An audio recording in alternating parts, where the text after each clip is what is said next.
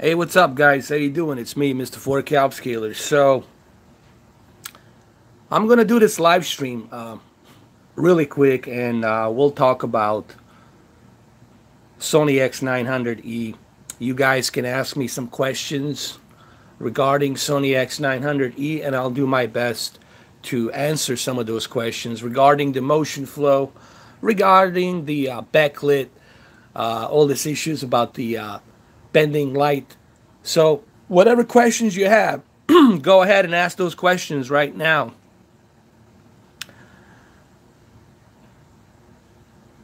What's up, Spagneto? How you doing, man? Welcome, welcome, welcome, welcome. Sorry about the exposure. Don't worry about the exposure. This is something that camera lens will depict no matter what. However, what I'm going to do here is I'm going to give you guys the recipes. I'm going to help you out. For those of you who are having some issues with black levels on this television, for those of you who have issues with the motion flow on the television, I can help you out and I can give you some key pointers. But you got to make sure you got to have this television. That's how this works. All right, so go ahead, guys. Are you getting the Assassin's Creed? I'm not going to be getting Assassin's Creed anytime soon because I'm waiting the shipment for my Q8FN. It's getting all the way from Samsung. I'm not sponsored by Samsung. It's just that I had a really good deal from Samsung. They offered me a really good deal. As a matter of fact, they contact me. Samsung has contacted me and they said they're willing to sell it to me for like a really good price. So I couldn't resist. I'm not going to tell you what the price is, but it was a really good price. So I'm just waiting the shipment for that television so I can do some tests and comparisons. That's why I'm going to have to postpone the Assassin's Creed Odyssey. But it will be done. It will be done. You know, maybe not Friday, but probably Monday or Tuesday next week. Absolutely, I'm getting the Red Dead Redemption for sure. 100%, man. I'm getting the Red Dead Redemption. Yeah, how you doing, man? Oh, not much, man. Just trying to do this for you guys. What type of Ethernet cable should I get? I just got PlayStation 4 Pro. Like, what size of length? Get a CAT Cat 7. Get a CAT Cat 7 Ethernet cable. Get about 18 feet.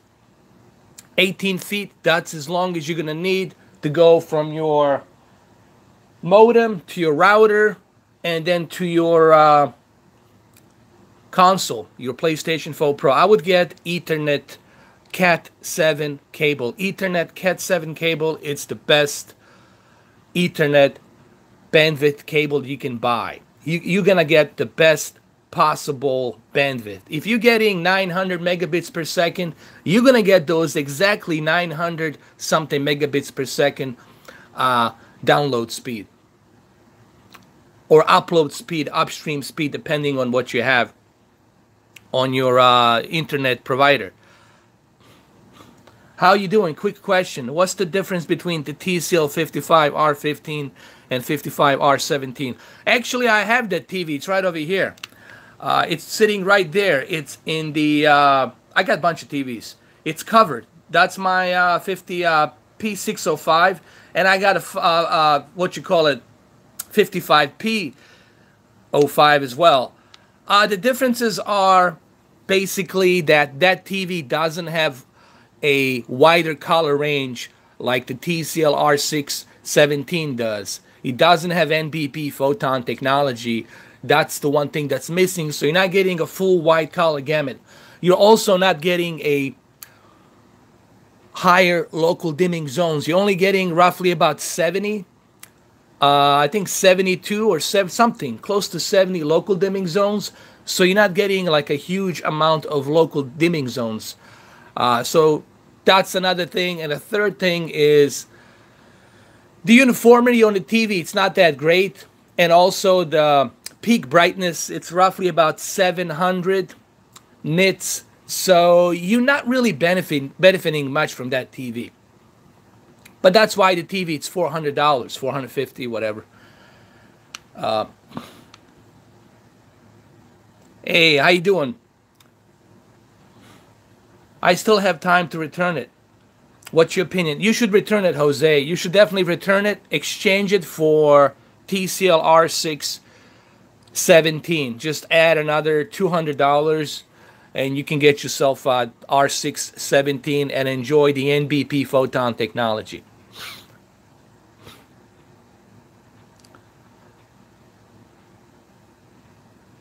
I knew you weren't going to retire and let the fans down. Even if you did, you'd be more than likely to come back.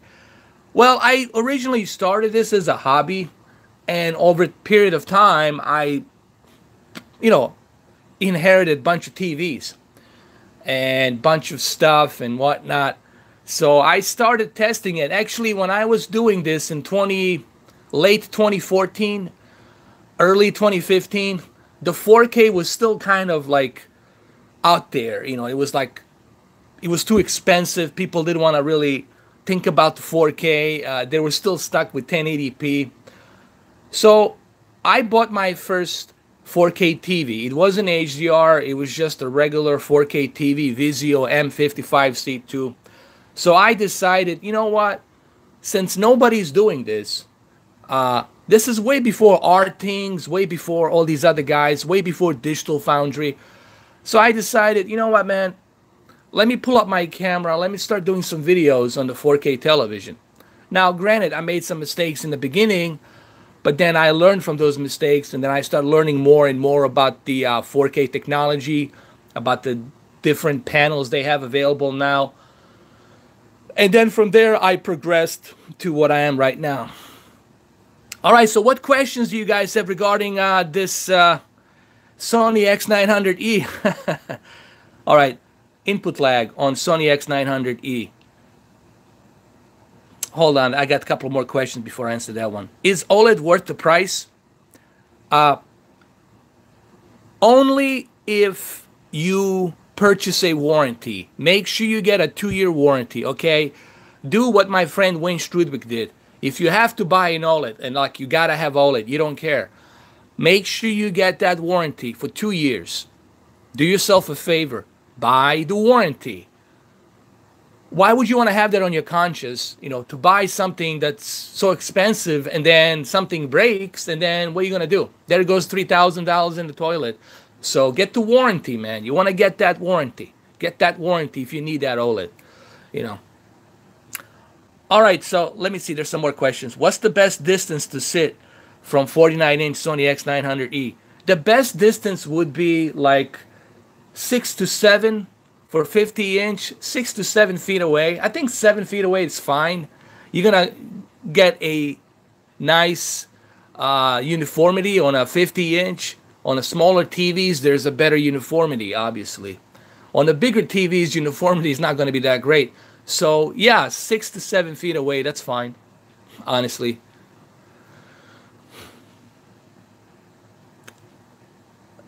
Oh, listen, all of the OLEDs are great in terms of picture quality. There's no denying there. All of the OLEDs, as I said on my previous videos that I've done for the OLEDs a couple of years ago, they're all great.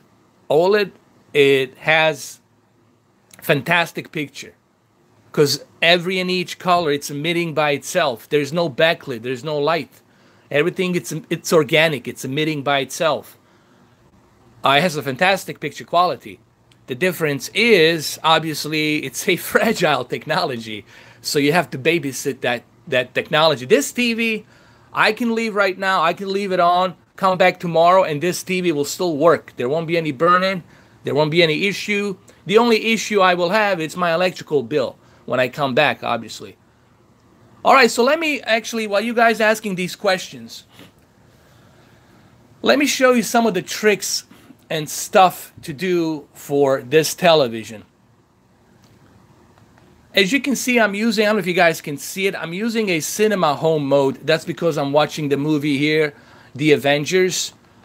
Let's talk about this issue right here, the brightness. Now, here's the deal. If you guys are having too much of that bleeding bright light, there's a way to fix that. I'm sorry.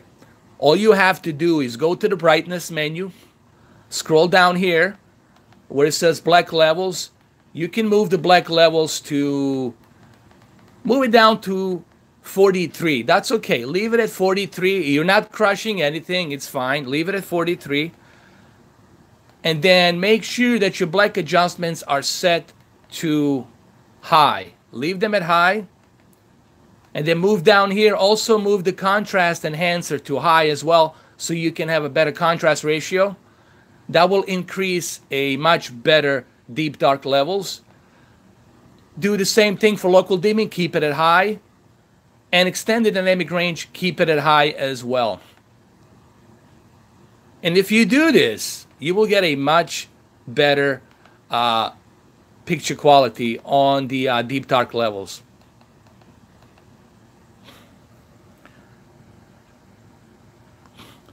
I was a huge Sony fan, but there's customer service forced firmware updates on the TVs now are making the feel. Yeah, I mean, their firmware updates were, Sony's TV service was never really the best. You know what I mean, in terms of that. So I can totally understand why that is, mobs. But you don't have to update those updates. You can skip them. You know, sometimes I choose to skip certain updates because I don't feel that is... if there's nothing substantially new, I just skip them. I don't update them. But if it's something that's enhancing the picture quality or helping with some issues with input lag or something like that, then I'll definitely take those updates. What's your favorite TV 4K disc this year so far? It has to be this one, Infinity War. Actually, let me put this on the full screen for you guys so you can see a little bit better. We're going to do that right now. We'll keep it like this. We'll keep it on the full screen so you guys can see it better. Now, you have to, guys, remember there's a bunch of light here. There's going to be a bunch of exposure due to the light, you know. And that's something that there's really not much I can do about that, due to the exposure of this room that I'm in. But other than that, this is what I recommend. Guys, if you want to adjust your black levels, leave the black levels at 43 and black adjustments to high. And all of these down here, these are your X1 processing accolades. Select them at high. And I guarantee you, if you try this right now, if you use this method, you will have much better deep dark levels on this television. You guys cannot see it because, you know, this is being streamed, that there's a lot of exposure here. But if I was to cover the exposure, you would see the deep dark levels. They're looking much better here. They're not being crushed. They look balanced. It's just that the exposure of the camera lens is depicting that light.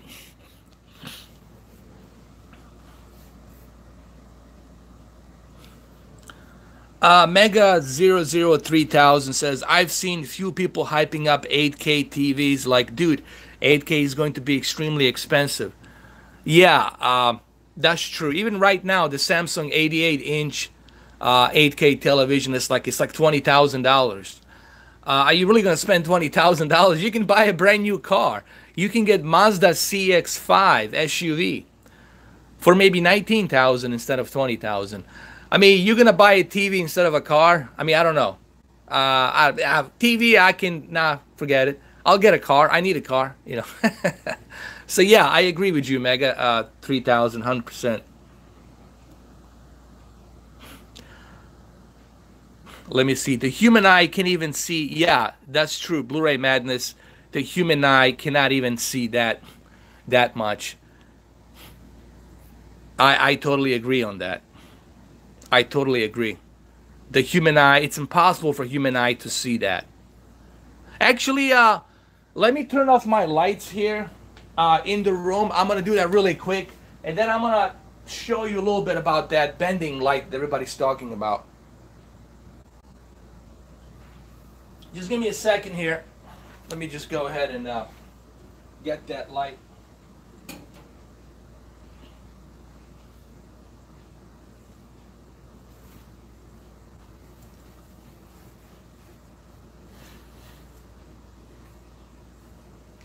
Let me go ahead and grab that. I gotta use my cell phone here and do that. There's my cell phone right here. Make that happen. So I'm gonna dim these lights down a little bit. We're gonna dim them down like that.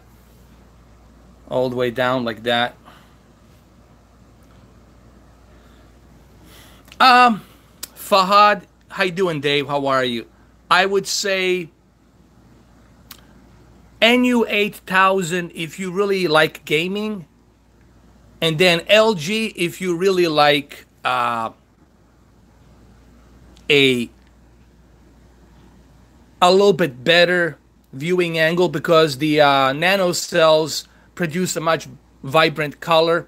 They produce a much better contrast ratio, and also the in-plane switching, the IPS panel will give you a much better viewing angle. But the input lag, the game mode on the LG is not the greatest. So NU8000 gives you a 120 hertz. It's the most affordable 120 hertz television that you can get right now. It's the NU8000 by Samsung. So if you are a gamer, go with the NU8000. There's no question about that. I mean, for the gaming, you'll get about 20 millisecond response time, maybe 19. So definitely go with the NU8000. All right, so I dimmed down my lights a little bit here because I'm gonna do something here for you guys a little bit in a minute. We'll talk about this bending light issue that people talk about. Look, every TV, I want to say something really quick. We're going to pause it here. I'm going to do something really quick for you guys. I'm going to bring my camera closer like this. This bending light, look, now right now there's the exposure due to the LCD. But look, guys, every television that's LCD, LED, backlit will always have a little bit of that light. Okay?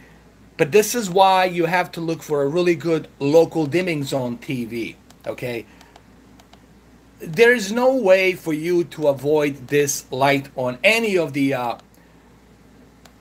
LCD, LED, backlit TVs. They're all LCD, LED, backlit. So there's really no way for you to totally avoid this light when you are watching in a very dark room. LED backlit televisions are not really great for a dark room. The OLED is the best for the dark room. If you have a dark room, the OLED is that TV. LED backlit will still give you a good, decent deep dark levels if it has a really good full array or local dimming. But don't expect the deep dark levels to be as deep as the OLED, okay? So I just want to make sure that everybody understands that, you know, there's nothing you can do about this. You can lower the, hold on. You can lower the black levels, but you don't want to go too far on the black levels, okay? You want to make sure that your black levels are not being crushed. So let me click on the picture adjustments. Let me go over here to the cinema mode. Let's scroll down to the brightness. And then let's go back here. Hold on. Go to the advanced settings. Sorry about that, guys. Black levels. I recommend that you keep your black levels at 43. Keep those black levels at 43. So this is like the threshold. So that way you don't crush your deep dark levels. So keep it at 43. And then down here, select your black adjustments to high. Your advanced contrast enhancer to high. What this is going to do, this is going to enhance that contrast ratio. So that way, the ratio between your white bright levels and deep dark levels will be more consistent. And of course, the local dimming, you want to set this to high. And the extended dynamic range, you want to set to high to get even better contrast ratio. Now you guys cannot see that here with this camera because this is through a camera lens, a cell phone camera lens, and it's impossible for you to see that through a camera lens. But I suggest that you guys use this. Use these techniques and try it out. All right, so I'm gonna put it right here for you guys. I'm gonna get the lights back on. I just wanted to show this to you really quick, so that way you guys can see it. All right, so let me select the light. Hold on a second. Let me move my lights up a bit. There we go. Let's bring it back. There it is. Okay, well there we go. That's better. All right, let me answer some more of your questions. Sorry about that. Where did I get this Sony?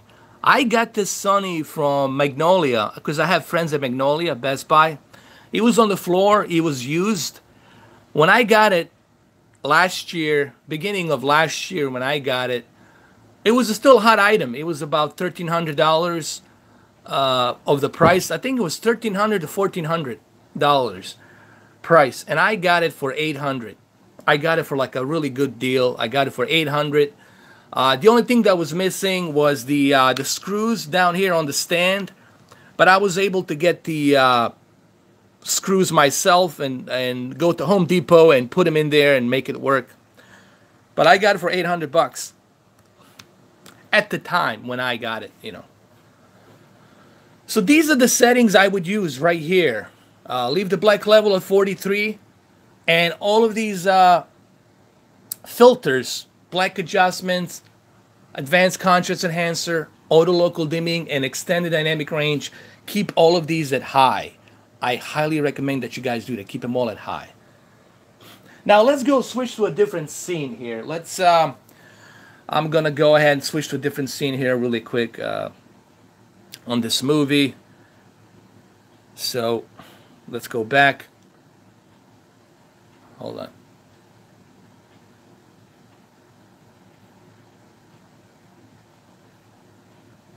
This is a good scene here too, as well. Keep it right here. Now let's talk about the motion flow. A lot of people have asked me about the motion flow and how do I feel about the motion flow on the Sony. Motion flow on the Sony is actually surprisingly good, as a matter of fact. Yes, there's going to be some artifacts on every motion flow. There's no way around that.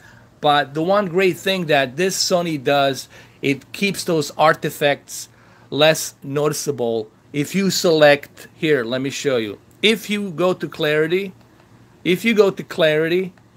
and if you select a hold on, I'm sorry, not clarity, the motion. If you go to the motion and you select smooth motion flow and cinema motion high, you will get that nice smooth soap opera effect on this film.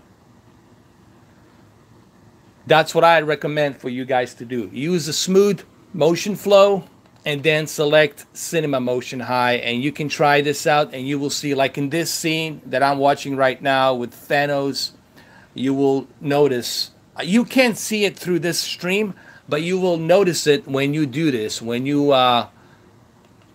implement this onto your Sony X900E. Like everything right now looks soap opera effect. Like when I'm watching this, it looks as if I'm watching a soap opera. Especially right here when he's moving his hand and everything. All right, let me see some more questions. Hold on, let me see. I gotta scroll down. There's some more questions. Sorry guys, I'm trying to keep up with this with these questions. What do I think about the TCL C6? TCL's good. C6 series is great. I have it. I have R617. TCL is great. Has NDP photon technology. It has 96 local dimming zones and has over 850 nits of peak brightness. I love it, man. I think it's great. For the price, you know, for the price, you can't go wrong. You know, you just can't go wrong. All right, let's see what other questions we have here. Motion is good on this 900E. Yes, Ed Rock Skills. The motion flow, it's good if you select a smooth motion flow with cinema motion high. There's two types. You got the smooth motion flow on the top, and at the bottom you have to select cinema motion to high to get that best possible balanced soap opera effect. Maybe we can go to a different scene here. We can exit this and go to a different scene.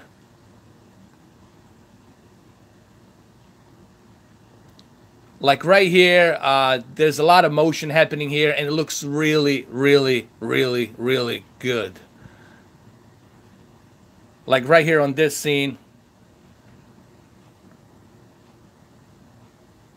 I don't know if you guys can see it or not. I mean, you can't really see it. It's really hard to see it through camera lens, through like a really poor phone camera lens.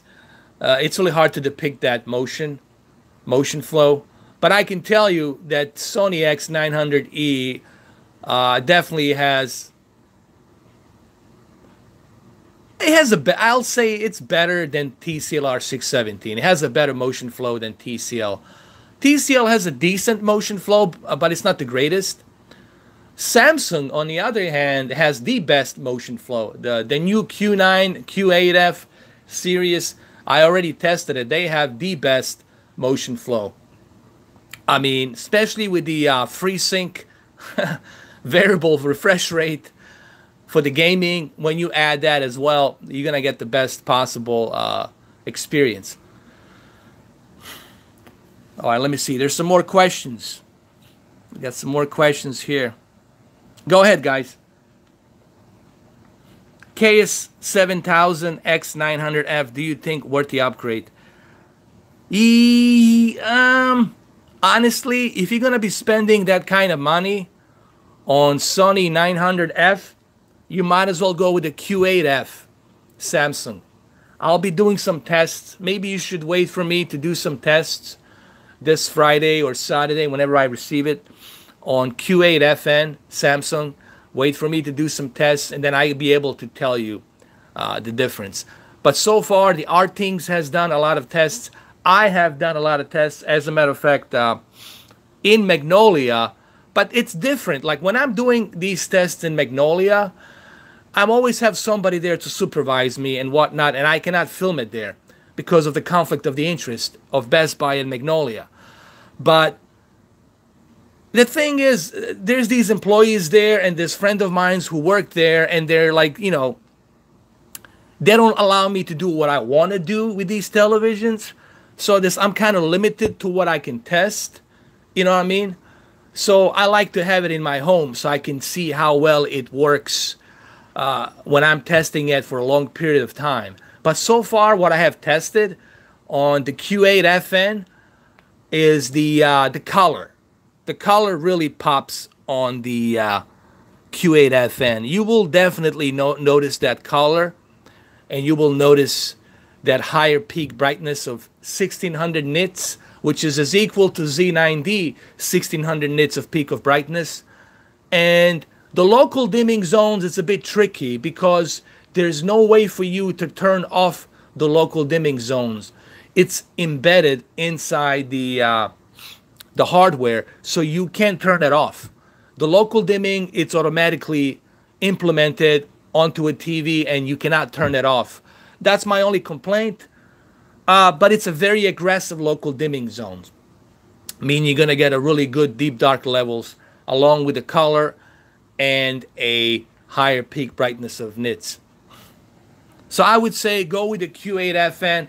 You also have a 120 hertz refresh rate with a FreeSync ability, and also you have a very advanced game mode feature that's implemented into that TV as well. So for the gaming, you're going to get a lower input lag. What was it, 19 milliseconds? It's pretty darn good. That's my opinion. You know, you guys might have a difference of opinion. Let me see. Is this 4K TV worth it? If you can get it for a good price, if you can get it for like $800, yeah. If you can get it for like $800 or $750, you can go for it. But you got to remember, you're going to be paying still a higher amount of money, and that amount of money you're going to spend, you can get something like TCL R617, which is right over here. You can get this baby over here, which is right over there. There's TCL R617. It's right there.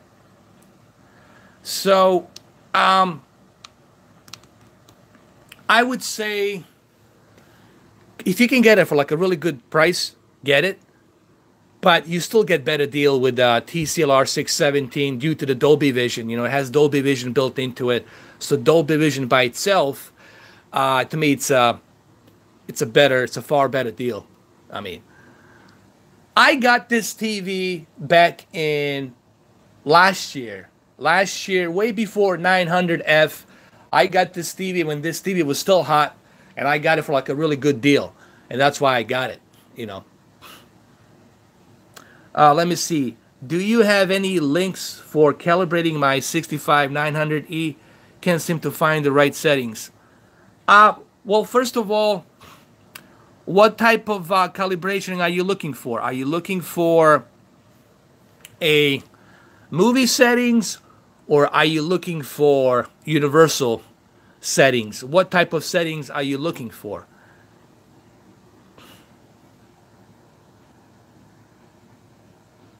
Because there's really no universal settings. I'll tell you this right now. That's a bogus thing that everybody talks about. There's only different presets. Movies have a different type of calibrations versus the game mode. And then sports have a different types of calibrations versus the game mode and the movie. Okay? So there's a standard, I guess, standard calibration, but standard calibration is just the default that comes in with pretty much all of the televisions. But that doesn't mean you're going to get that accurate picture quality, you know. So it really depends, honestly. Like, what is it you're looking for? Movie and for gaming. Movie and for gaming. Well, I can show you what I'm using for the movie right now, if you want. I can show that to you right now, right here. Here, I'll position it right here, and I'll show it to you guys.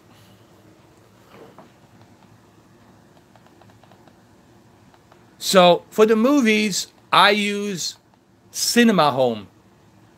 I use Cinema Home preset. Why? So that way I can remember which preset I'm using. So for the movies, I use Cinema Home.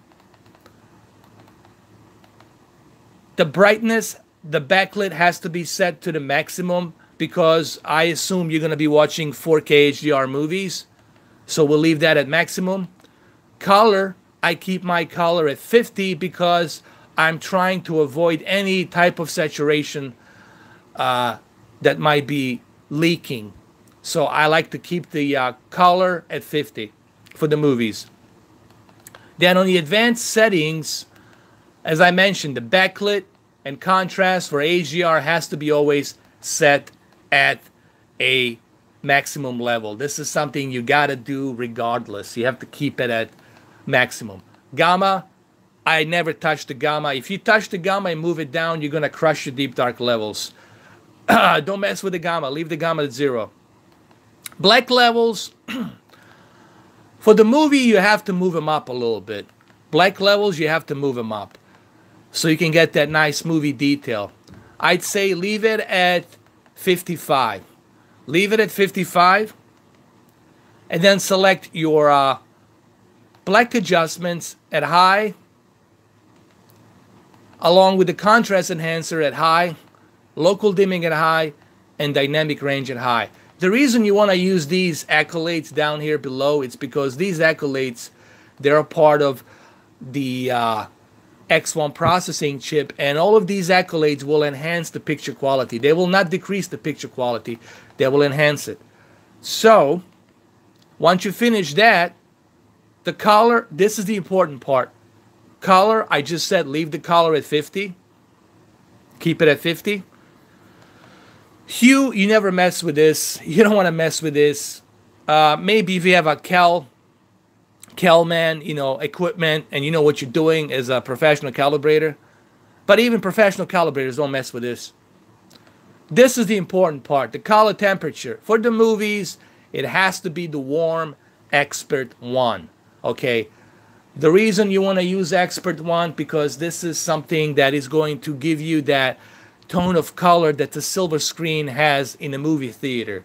It's going to have a little bit of that warm color, but not everything's going to look yellow. At first, it might seem to you like it's yellow, but it's not going to look yellow because your eyes been used to watching cold blue temperature, and now you're switching to Expert one. Yes, you're going to notice a little bit of that warmth, yellow, but once you get used to it, it becomes second nature.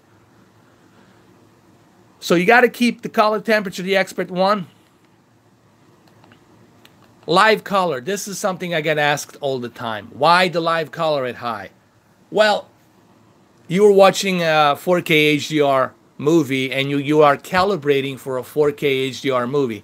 So you want to make sure that the colors pop a little bit with brightness, okay? That's the whole idea of HDR, to have the colors pop with brightness. So what this basically does, this brightens up the color. Now, the motion flow for the movies, guys, yes, you can use it.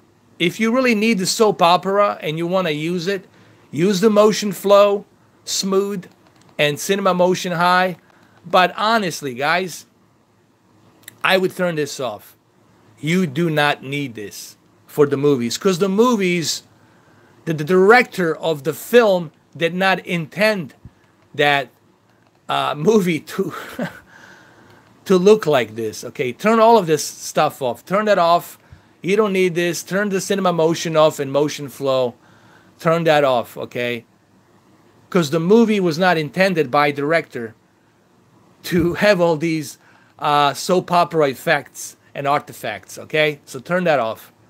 Now, as far as the clarity, sharpness, guys, you already are watching a 4K movie. You already have 8.3 million pixels. I don't care if they're upscaled from 2K intermediate to 4K.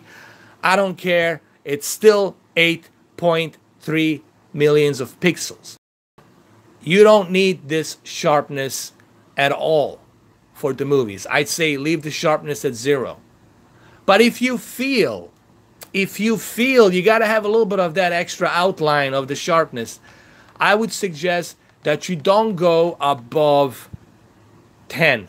Leave it at 10, okay? This is why I recommend. Leave it at 10. So this is what I'm basically using.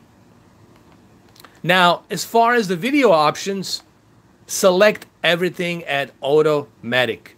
Color space automatic, HDMI video range automatic, and HDR mode automatic. Why does all of these things have to be automatic? They have to be automatic because you are trying to get the most accurate picture quality of that content. Let the HDR communicate with your 4K player via the HDMI cable. Let the HDR determine what's the best color space, what's the best YCBCR wide range, 422, 444, 420. Let it decide automatically what's the best option. You don't want to force it. If you force something, it's going to look not that good. So these are the settings that I'm using right there. There you go. All right, let's switch to another scene really quick. Hold on. Sorry about that, guys. I didn't get a chance. I got to go to some more of these. Let me see.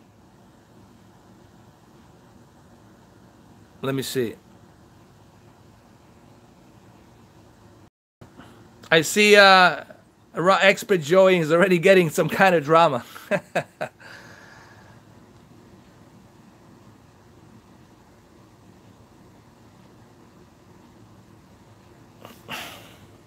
All right, let me see. Messi Marv says 50 on sharpness on Sony is equivalent to. You don't need to use that sharpness, honestly. Don't use the sharpness at 50. I think it's ridiculous.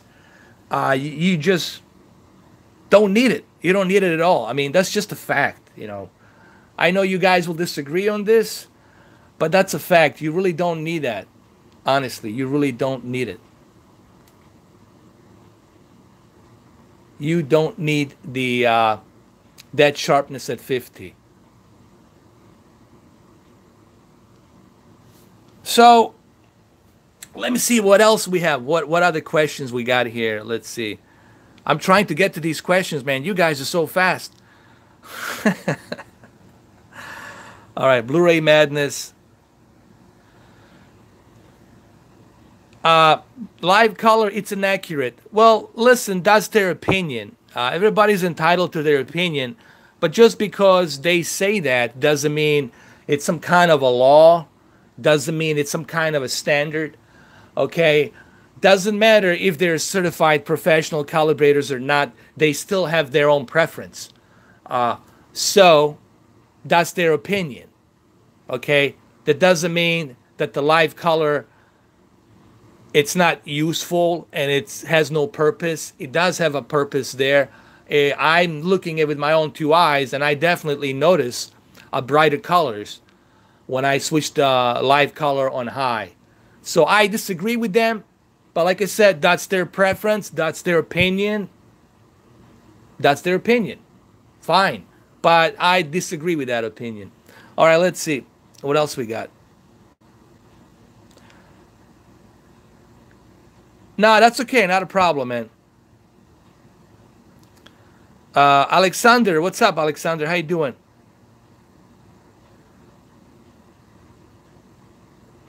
What are you guys talking about? Are you guys talking about the photorealism?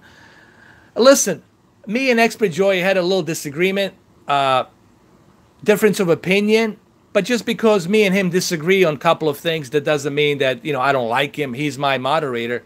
It's just that I disagree with his opinion, and he disagrees with my opinion. Everybody's entitled to their opinion. I believe that we are at the brink of photorealism by 2021 or latest 2022. With the new consoles, PlayStation 5 and the new Xbox, whatever that comes down the pipeline, I think we're going to see photorealistic Grand Theft Auto 6. We'll see a photorealistic Crytek 4, Crysis 4. I think we're going to see that photorealism with Death Stranding, with a bunch of other games that are coming down the pipeline. We're going to see that. With Ninja Theory, whatever they're working on next for the Xbox, we'll see that photorealism take place in about 3.5 years to 4 years. That's my opinion. I stand by that opinion, you know. I could be wrong. There's a possibility I could be wrong. I don't have the magic ball. I mean, I don't have the crystal ball, not the magic ball, crystal ball. But that's the way I feel. All right, what else we have?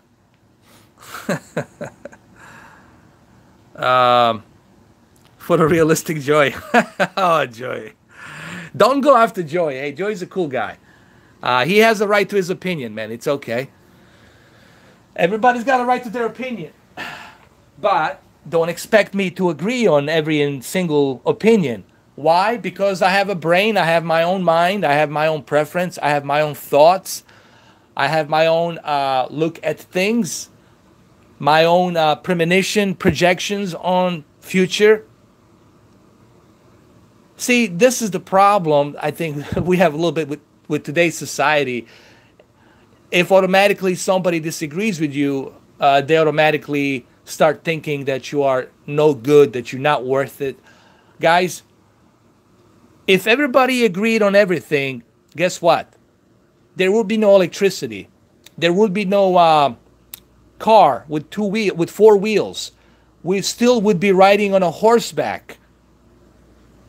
The reason stuff evolves because the scientists and people take a risk. They disagree with each other. They try different things. That's how this evolves. All right, so what other questions we have? All right, guys, you got some more questions? Do we have any more questions?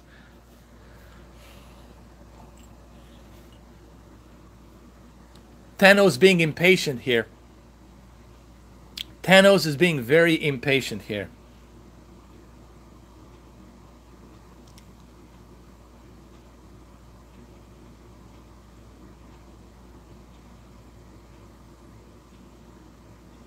There he is. Hold on. So you guys have any more questions? Go ahead and ask.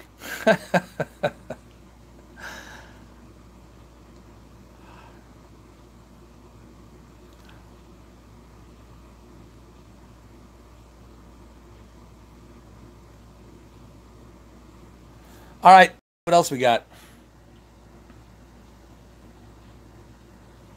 The mixer, yes. And you, hold on. Follow me on the mixer. That's right, guys. You need to follow me on the mixer once in a while. What else we got here? By the way, let me bring this back to a original format. Let's move it to its original format right there. Yeah, I have the NU8000 black lines issue with, let me see. Let me read that again. What was it? I have NU8000 black lines issues. What about the LG NanoCell?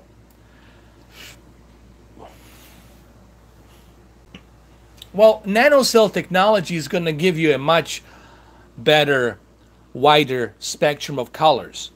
Meaning the colors will be as equal, well, not as equal as Quantum Dot, because Quantum Dot has about billions and billions of those colors. It has the 100% color accuracy, DCI-P. That's 100%. When you have a television that has 100% color accuracy with over 1,000 of nits, that's the best HDR television. Okay, at the moment, that's the best HDR television. And I'm sure everyone will agree on that. However, NanoCell technology is going to give you something similar to NBP photon technology. It's going to give you about 93, maybe 83 to 93% of the color accuracy.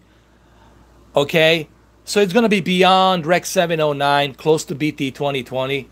But the Quantum Dot technology, it's full BT 2020, man. It's the 100% color accuracy. So nanotechnology is not that bad. I mean, I've seen it. It's not bad. My only problem with the LG is the pricing. They're overpricing way too much. They want for 55-inch $1,100, for 65-inch $1,600. I'm sorry, LG, but I cannot do that. I can go with TCLR 617 for that kind of price. Or I can go with a Q8FN for that kind of price. Okay, so there's other options out there. All right, let's see what else we got.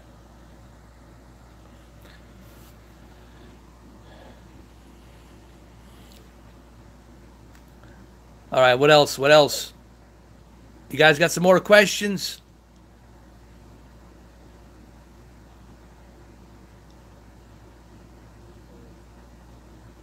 What's up, Alexander, man? Sorry, man. What was your question? Oh, you came to hear what I have to say. Thank you, Alexander.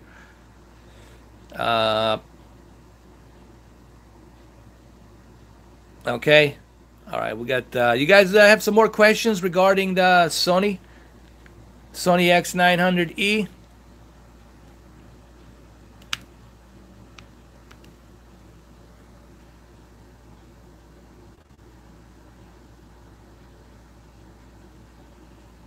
Do I mess with the settings on the player? That's a good question.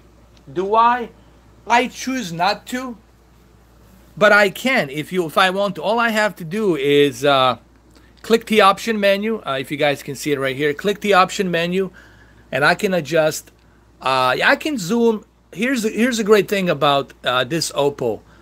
I can do everything from this player. I don't even have to touch my television. I can calibrate within the player. And I can adjust the picture adjustment right here. Within the player, I can do that. And I can have different types of presets. For every and each movie, I can have different types of presets. Let's say I'm watching a animated movie, I can have different preset. Let's say I'm watching a action movie, I can put it on a preset 2. Or let's say I'm watching a concert, I can leave it in a preset 1. So this is a cool feature that the Oppo has right here that I really like. But I don't mess with it, honestly. The only thing I would do is maybe use the noise reduction, move the noise reduction a little bit higher. You can do that. I mean, it's not a bad idea to adjust the noise reduction. That way you can smoothen out those, what you call them, that grain on the movie. That way you can smoothen out that grain in the movie a little bit. What else we can do here? Sharpness. You don't want to use the sharpness too much. Using too much of this sharpness is going to make everything look god awful. So you want to keep the sharpness at 0 here. Leave the sharpness at 0.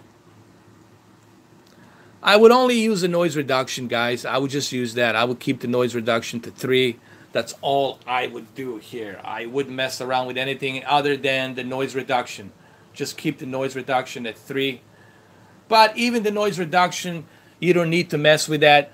I wouldn't mess with any of these because here's the thing. You already have, here's the deal.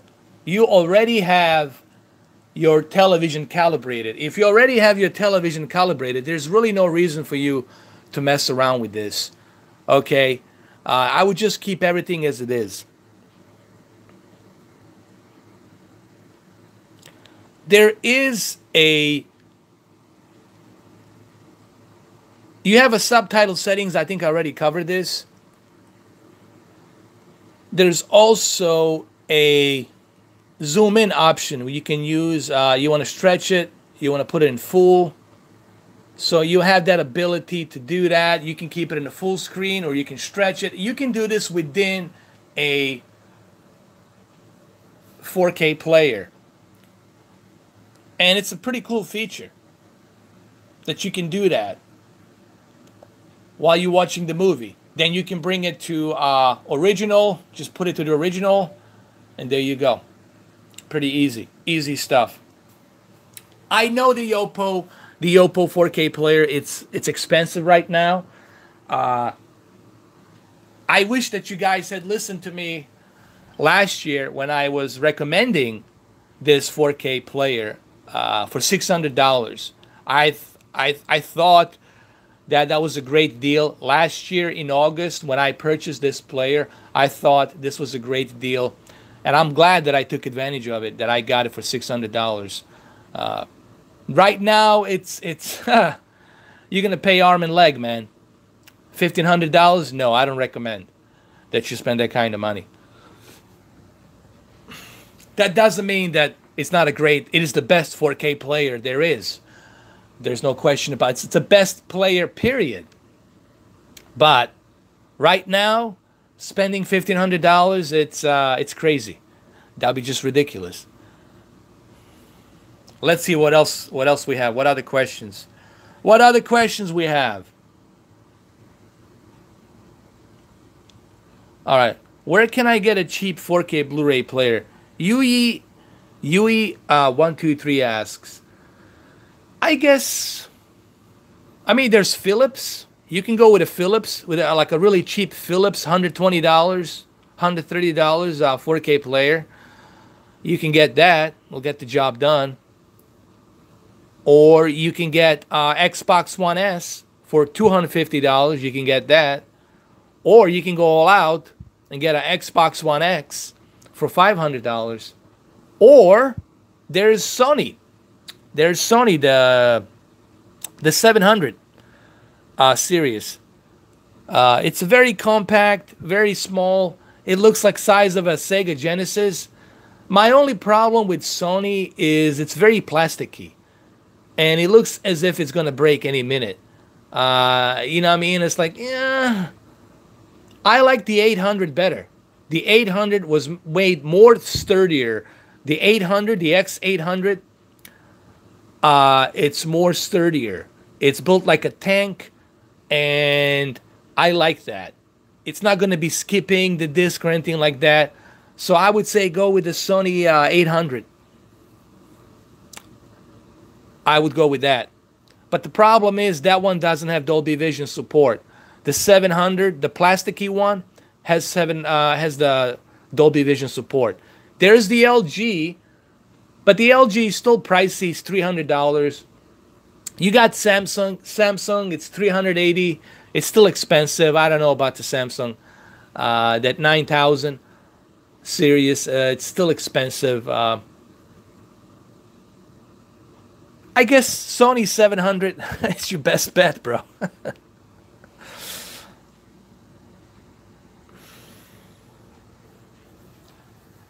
Hey, what's up, Nox Draconis? How you doing? Yeah, the Best Buy has them. If you go to Best Buy, they have them. They have them there. They got Sony. They got mainly Sony, LG, and Samsung. This is what you're gonna get when you go to Best Buy. Sony, LG, and Samsung. These are the three brands you're gonna bump into. But they're heavily advertising Sony, and they're heavily advertising LG. And Samsung, obviously. They're both heavily advertised because they have partnership with all these three brands. Those are good 4K players. I tried all of them. My only complaint was the LG. LG, the remote control was very irresponsive, and there was a lot of skipping on the disc. I know there's a new LG 4K player that came out with Dolby Vision. I haven't tested that one out, but I don't need one, honestly. I already have state-of-the-art. I already got the best 4K player the money can buy, so I'm pretty much all set. And I already have Xbox One X. I got Xbox One S, and I got my old Samsung, the first generation Samsung 4K player. So I got technically 1, 2, 3, 4. I have 4 4K players, so I really don't need one, honestly. Let's see what else we got. Should I get the X900F? Considering there's Q8FN, and Q8FN has a much better gaming abilities and the FreeSync and 120 Hz refresh rate with much higher peak brightness of 1600 nits, and of course 100% color accuracy of billions of colors, I think you're better off with Samsung than the Sony 900F. However, if you need that Dolby Vision, and you gotta have that Dolby Vision, then I say go for it. So it really depends on your needs, honestly. You gotta ask yourself, what do I want? Do I game a lot, or am I a casual gamer? Do I need Dolby Vision? Do I care about Dolby Vision? Is it a big deal? These are the questions you have to ask yourself first before I can jump in to help you. All I can tell you is the difference between these TVs, but based on your needs, that your needs will determine what you should buy.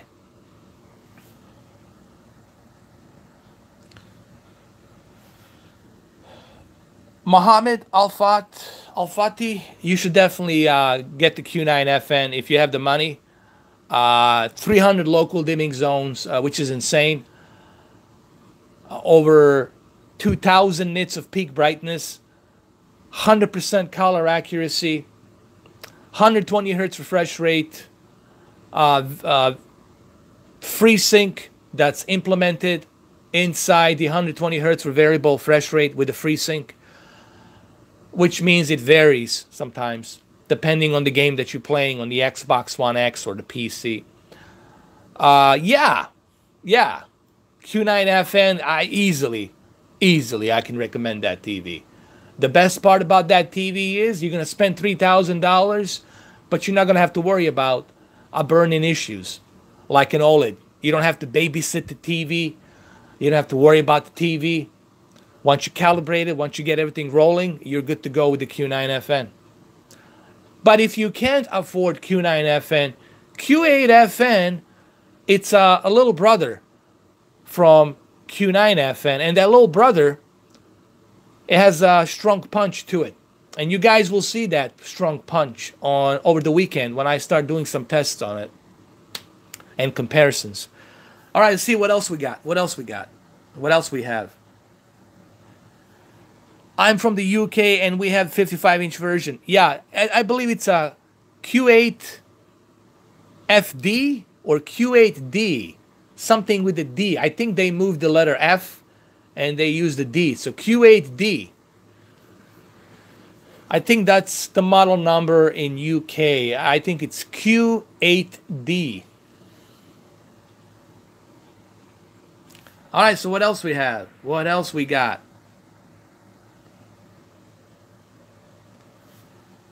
How about the Q6FN? Q6FN, here's the deal. They're edge-lit.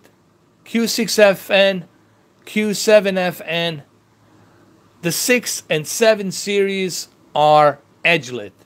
And I just can't, dude. You might as well stick with Samsung. Listen, Q6F and Q7F, it's no different than Samsung KS8000. It's identical to Samsung KS8000. I mean, it's just a different name, but it's pretty much identical to KS8000 and 9000. They're edge-lit. And why would you buy an edge-lit when you have an option not to have the edge-lit, a better version, which is full array local dimming? I'd say go with a Q8FN. I mean, you're already going to be spending close to $1,000. Why not save some money and go all the way out and get yourself full array local dimming? You know, with even higher peak brightness nits and even more, I mean, 100% color accuracy. That's a pretty big deal. 120 hertz variable refresh rate with a FreeSync. It's perfect television for the Xbox One X. I think Q8FN and Q9FN, it's perfect combo for the Xbox One X, in my opinion. And your PC, you can plug in your PC and enjoy that 120 hertz refresh rate. All right, let's see what else we got. What else we have?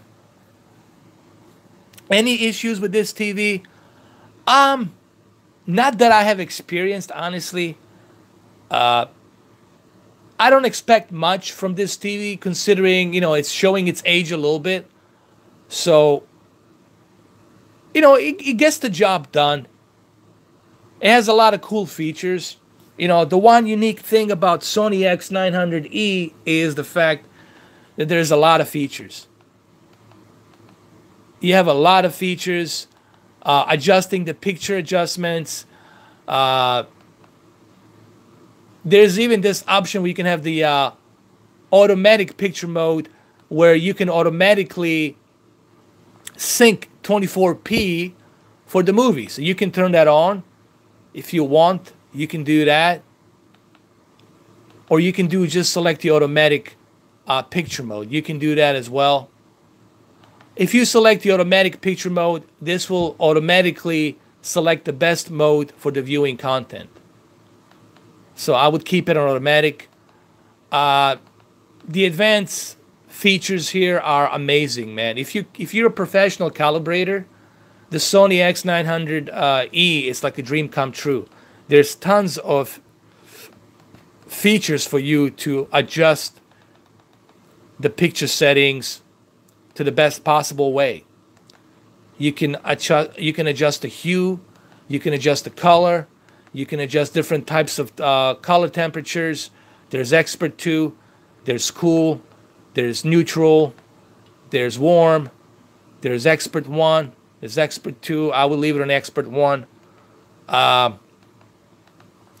You can select the color temperature. If you have a Kelman calibrating equipment, you can select the red gain, green gain, blue gain. You can select RGB's grains right here. You can select it based on your equipment that you have. If you have a calibrating equipment, you can adjust the color temperature to the perfect levels. Okay, and this is a cool feature that Sony has for the calibrators, and this is why a lot of calibrators, professional calibrators, they love Sony because of all these features that are available. You can also adjust the gamma adjustment points. What adjustment points on a gamma would you like to use? Would you use 10? Would you use 1? Would you use 2? Would you use 3? So you have many different options. I say leave it at 1 point. Leave the gamma at 1 point. You got the offsets that you can select on RGB, but this is something that you will need a proper software by Kelman, proper calibrating equipment to utilize this. Then you got over here, what else you got? You got the clarity. You can choose the sharpness. You can choose how much of the noise reduction would you like to utilize here. Use it on off or keep it on automatic. I say keep it on automatic. There's tons and tons of stuff here for you to adjust. And this is what makes this television so unique. You also can adjust your sound adjustments. You can use the clear audio. You can choose sound mode. You can use voice zoom to zoom in the voice. You have the night option to clear sound at the low volume level. You got advanced settings on the advanced auto volume, on input related volume offset, Dolby dynamic range. Would you like to be compressed? You can do that. I mean, there's tons and tons of features on this television, and it's a perfect television for those of you who are professional calibrators or who have, calibrating equipment. You're gonna love it. So if you're into that, if you love those features, and you're like so geek into calibrating, then yeah, the Sony will give you the. This is why, again, professional calibrators, they prefer Sony, because Sony gives them all the available tools necessary for them and their equipment by Kelman to be able to adjust the best possible picture quality. And that's the benefit of this TV, of Sony. And of course, Sony is not a stranger to televisions. They do make some very high-end televisions. I still believe Z9D is the best television out there on the market. I don't think is Q9FN better than Z9D? I think they're both equally great, but I still believe, looking at the Z9D just gives me that much better uniformity and much better viewing angle. I've seen Z9D, and yeah, I mean, I'd say Z9D is the best. Z9D is, if you love movies and you're like into home theater and you want to have the best picture quality for your movies, Z9D 65-inch, I mean, that's it. End of story. But Q9FN for $3,000, it's still a pretty darn great freaking deal. Okay? For that price. All right, let's see it, man. I'm sorry, guys. Let's see the questions. I missed a bunch of questions. How are the TV speakers? The TV speakers are good. I would play it for you right now, but I don't want to get flagged. But maybe I can play it a little bit so you can hear it. Maybe a little bit.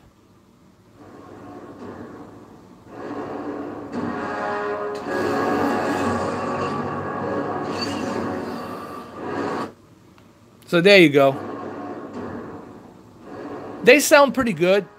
I mean, for television, I recommend that you use a sound bar. I recommend that you use a receiver. but they sound pretty good for a built-in television speakers.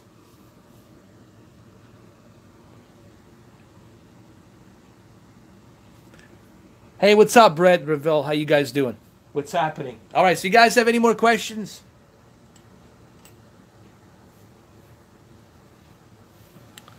What other questions you guys have?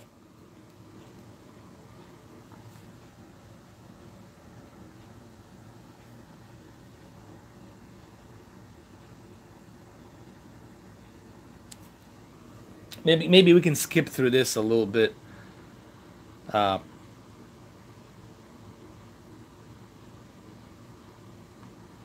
Maybe we can go somewhere else. Here, we can leave it on this scene right here. I guess this is a great scene right here.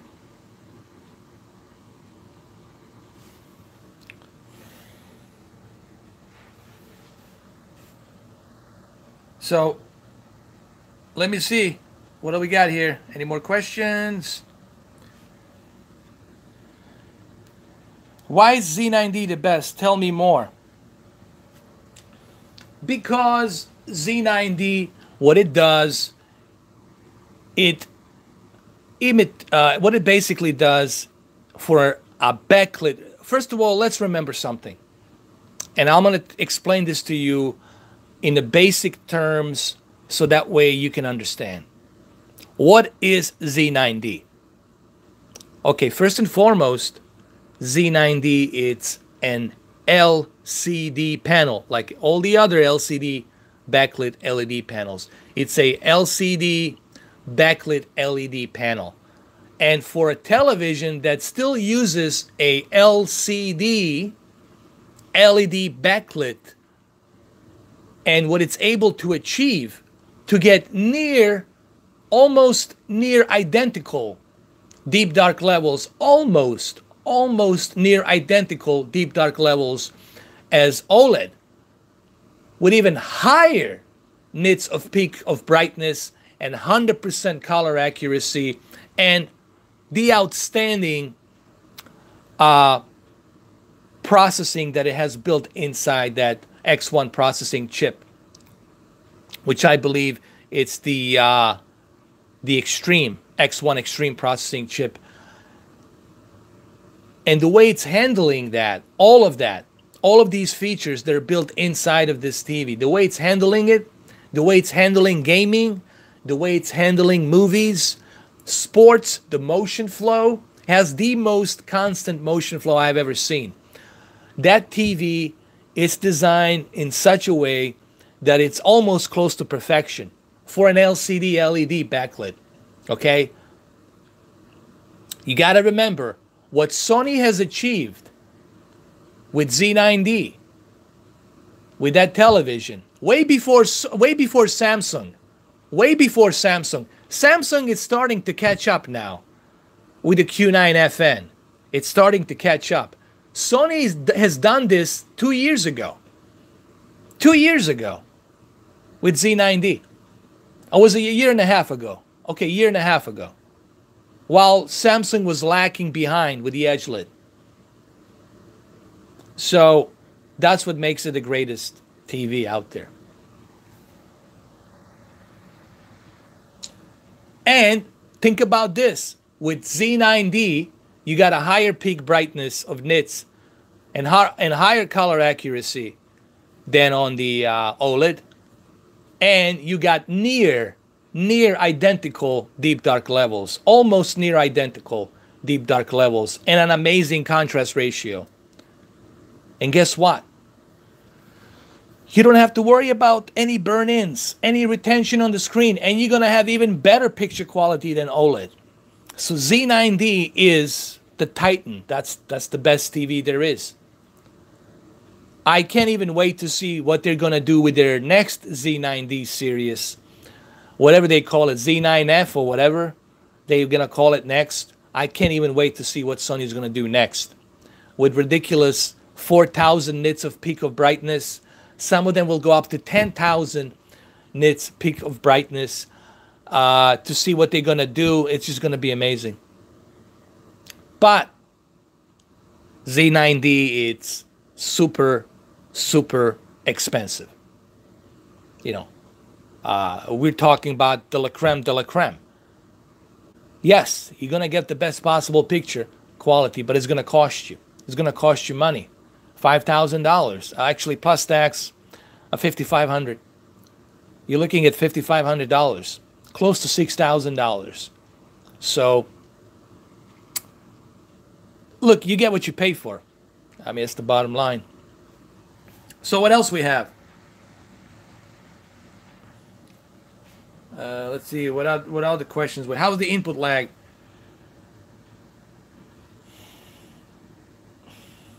Oh, really? I didn't know that the Z9F was already out. I'll have to look into the Z9F. I haven't really focused much on Z9F. I'm not sure what's the difference on it, but I'll look into it, though. Because I haven't got a chance to see one in the store. I only saw Z9D. That's all I've been looking at is Z9D. I haven't got a chance to look at the Z9F. So, I'm not familiar with the Z9F.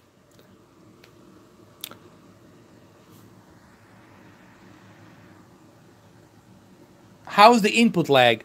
The input lag on this TV, it's decent. It's not the greatest. You get roughly about 23 to 24 millisecond. You know, it's a decent input lag. It's not the greatest. If you use the game mode, you can drop it down to maybe 21 to 22 to 23. But Samsung has way better input lag. They go up to 19 milliseconds, you know, maybe lower. Plus that variable refresh rate and 120 hertz refresh rate as well will help the gaming experience. Listen, guys, for the gaming, Samsung is the best choice. You can still game on Sony. It's going to give you a nice, a decent input lag. It's not going to be the greatest. But if you truly want the best gaming experience on a television, I say Samsung. You got to go with a Samsung, man. That's just the way it is. But this TV, Sony X900E, it is showing its age a little bit, but it's still a great TV. You know, it's still a great TV. But you got to remember, there's other options out there. Why should I purchase this? If I can get this, that sits right over here, TCL R617, for a half a price,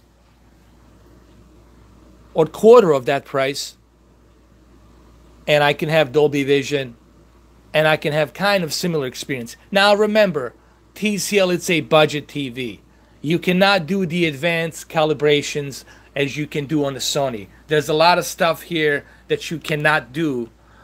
There's a lot of stuff you can do on TCL that you can do on Sony X900E, which I just have shown previously on the video. There's a lot of stuff you can do on TCL that you can do on Sony.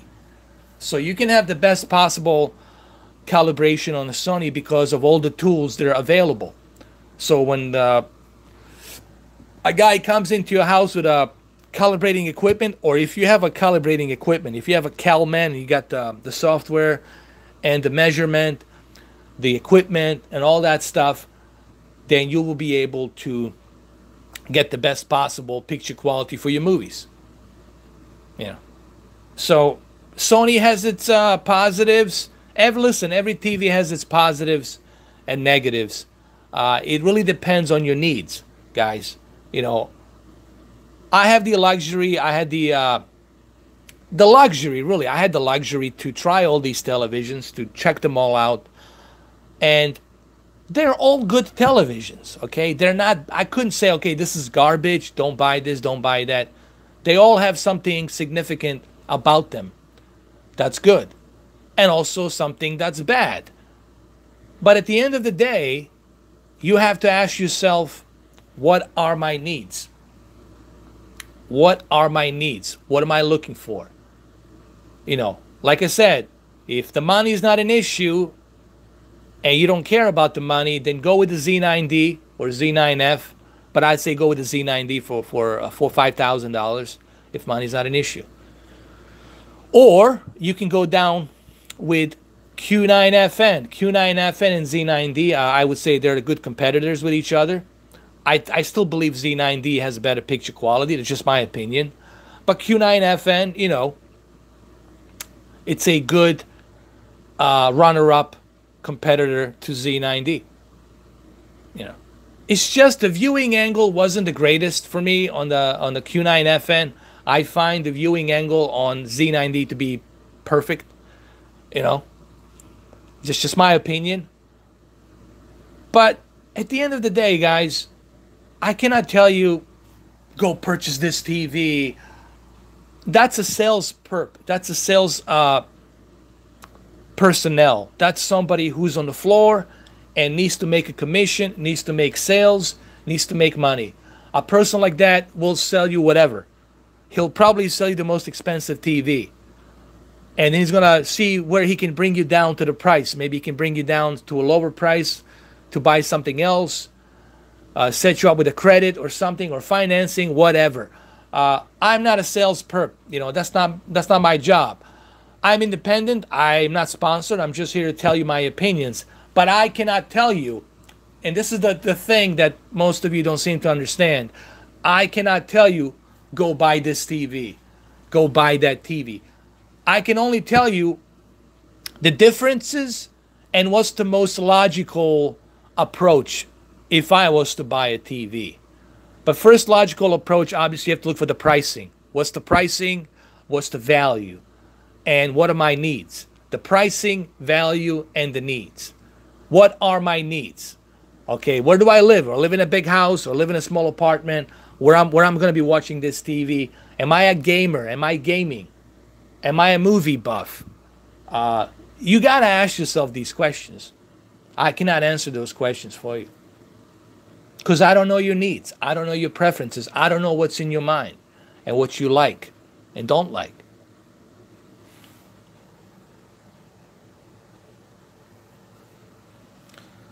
Digital mods.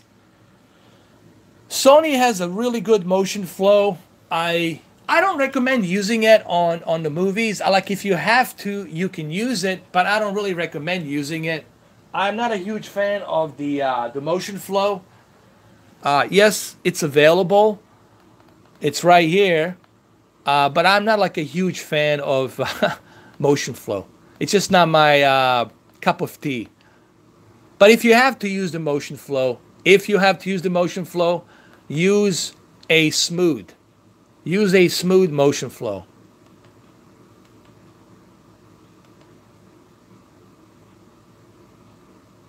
Smooth motion flow, to me, is the best. And I'm going to bring it over here. Hold on. Where's the clarity? The motion flow. Here we go.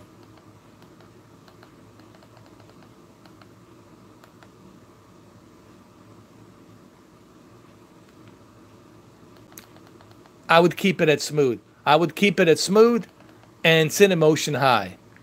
Now, there will be some artifacts here and there. That's just the way it is. But remember something, guys. The movies were really not for the motion flow. A lot of people like the soap opera effect. I personally don't like it because it defeats the purpose of the vision that the filmmaker intended. Motion flow, it's something that I would use only on the sports. If you're watching live broadcast of NBA, NFL, FIFA World Cup, or FIFA, UEFA, whatever Premier Leagues you're watching, if you're watching sports, I would say use it only on sports. On the movies, this is what you got to do on the movies. Let me show you some. I'll show you a little trick here while we're here. All right, turn this off. This is what you do. Go to Advanced Settings and go to the motion. Turn the motion off. Turn the Cinemotion off as well. Turn that off. Everything's off. Okay, good. Now, go back to the auto picture mode and select on auto 24p sync. What this is going to do, it's automatically going to select 24 Hz signal content that was encoded for this movie. Every movie uses 24 hertz signal. Okay? And it's going to sync it up now once I turn that on. There it is. And now it looks much better. Now it looks the way the movie was intended. Everything looks the way the movie was intended. Obviously, it's kind of hard to see it through this camera lens here, but you're getting now that nice, smooth,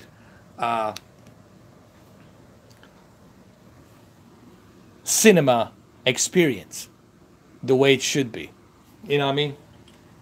I guess maybe we can switch this scene, go somewhere else. I don't know.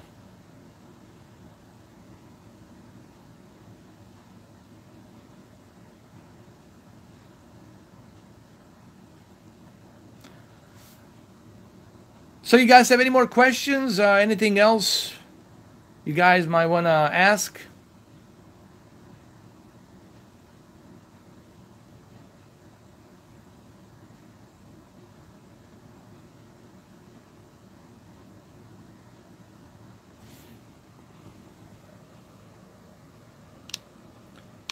So these are this is what I recommend if you guys want to use the movie.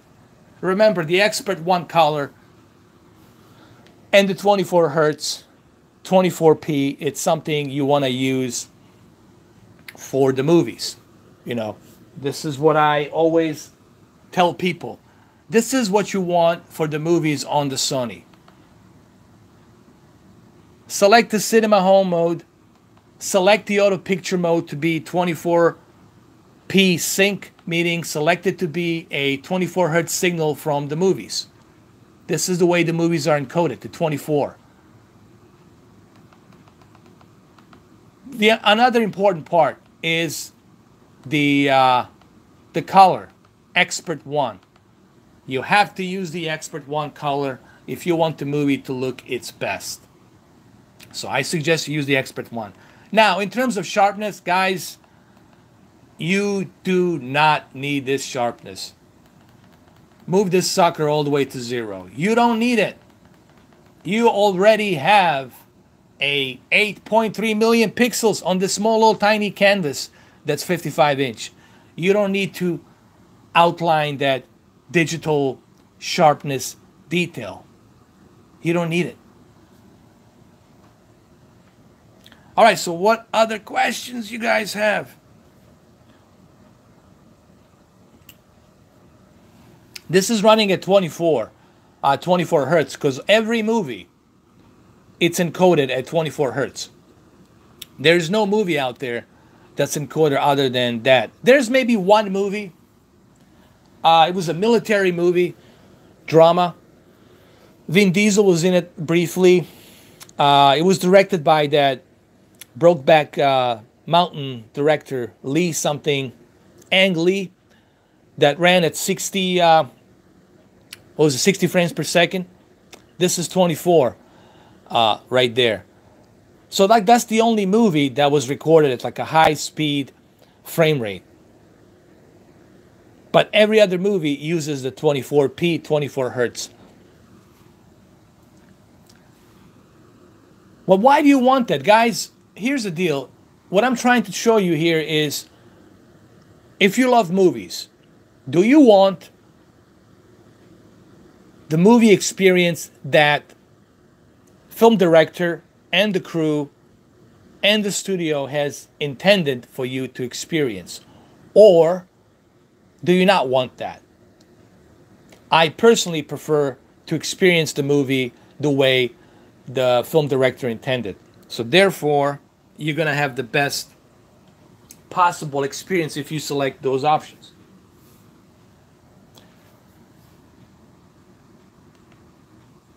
Now, in terms of, okay, let's say, for example, you don't want to use the live color. Okay, fine. If these filters are bothering you, you can turn the live color off. That's fine. If it bothers you, you can turn it off.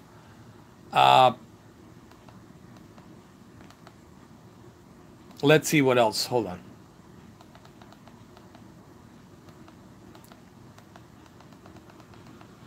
If black adjustments are too high for you, you can move it down to the medium.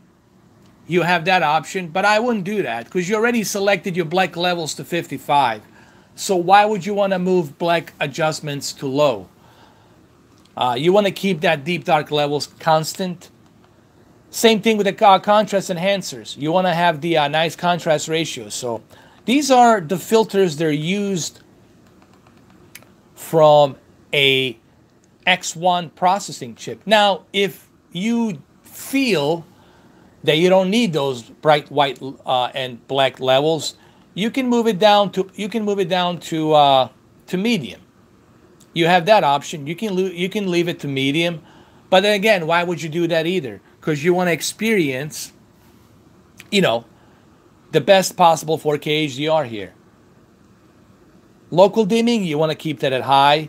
Contrast enhancers, you can keep it at medium if you feel like it. But then again, why would you do that? Because you were watching an HDR film. But if you want to do that, you can do that. You can mix it up and you can leave it like, you can balance it a little bit. That's fine, you know. But these are my settings right now that I'm using for the movie, you know. What have I done here? Well, I have used the Tone of Color Expert 1. I have not oversaturated my color. I kept the color at 50. I have turned off the motion flow, both cinema motion and motion flow off. My backlit and contrast set to the maximum because I want to squeeze as much of that peak brightness as I can for the HDR. Live color is off. And my HDR mode is automatic. My video range is automatic. My color space is automatic. And my sharpness is set to 0. And my reality creation is set to automatic. Let my HDMI device detect what's the best possible noise reduction. Noise reduction, digital noise reduction, all of this stuff, it's not necessary for the 4K movie. This is something if you're watching a cable movie or something like that. What else? What else? Let's see. Oh yeah, the most important part, of course, is your auto picture mode. You want to make sure that your auto picture mode, it is set to 24p sync, 24 hertz.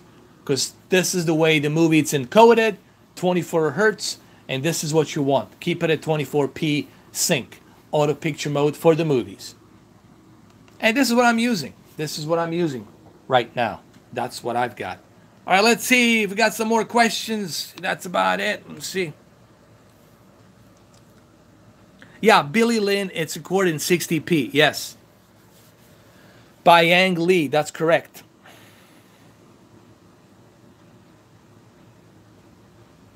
I use the live color on. I always turn that on because I want to get the best possible color brightness in the movie, you know, because I'm always looking for that best possible color brightness. And let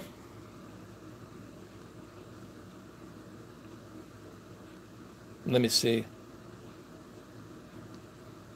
This is my favorite scene in the movie, right here. This scene right here, it's really where the HDR shines.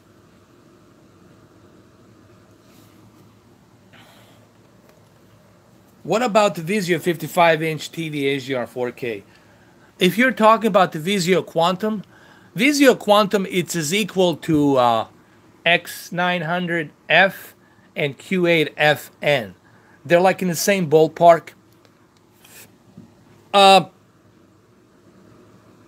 haven't tried it personally. I just haven't had a chance to try Vizio Quantum.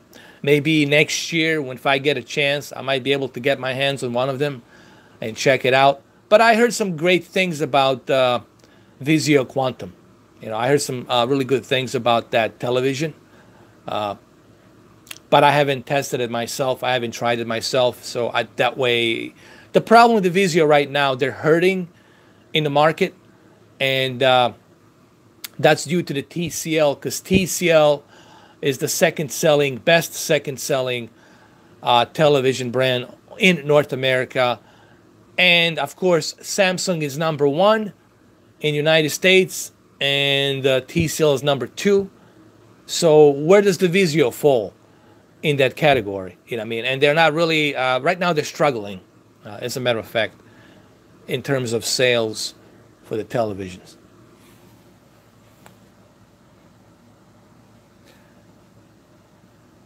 I hate Vizio, black, white, lacks of white. What is it? I hate Vizio, lacks white color gamut. Yeah, I mean, don't get me wrong. I still have my Vizio M55C2. I think one thing that Vizio does really well is the full rail local dimming. They're really good at that. They do a good job on full rail local dimming. They have a good game mode. Vizio M55C2 has a really good game mode, and I still sometimes, from once in a while, I'll turn on my Vizio M55C2 and I'll do some gaming on it. It still looks good. It still looks good. You know, it's still a good TV, man. Even after 3.5 years that I purchased it, or what was it, 3.5 years, it's still good. Minus the HDR. It doesn't have HDR, but it's still good TV.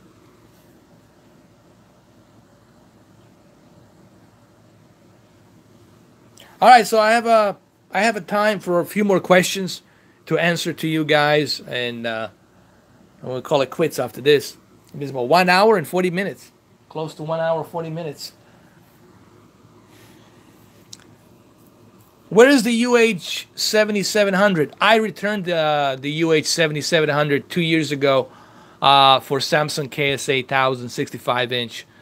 I returned it because it just wasn't that good, man. The bleeding, the bending light, the colors, the color, the panel was just not that good.